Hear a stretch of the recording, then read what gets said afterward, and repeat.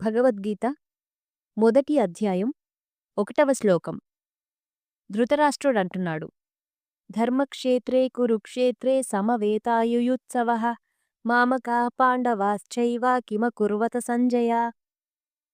భగవద్గీత మొదలయ్యేది కృష్ణుడితో కాదు, అర్జునుడితో కాదు, యుద్ధంతో కూడా కాదు. అది మొదలయ్యేది ఒక అంధుడి ప్రశ్నతో. ధృతరాష్ట్రుడు శారీరకంగా అంధుడు, కాని అంతకంటే ఎక్కువగా మనసులో కూడా అంధుడు. అతను సంజయుణ్ణి అడుగుతున్నాడు, ఏమని? ధర్మభూమిలో యుద్ధానికి సిద్ధమై ఉన్న నావాళ్ళు పాండవులు ఇప్పుడేం చేస్తున్నారు?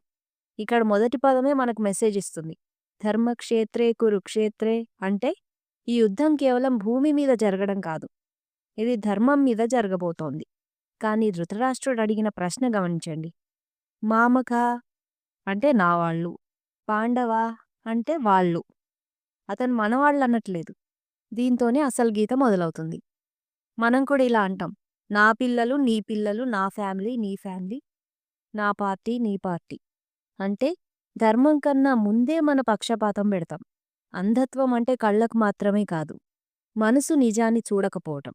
భగవద్గీతలోని మొదటి శ్లోకం మనకు చెప్పే మెసేజ్ ఇదే. జీవితం ఒక కురుక్షేత్రం, మన హృదయం ఒక ధర్మక్షేత్రం.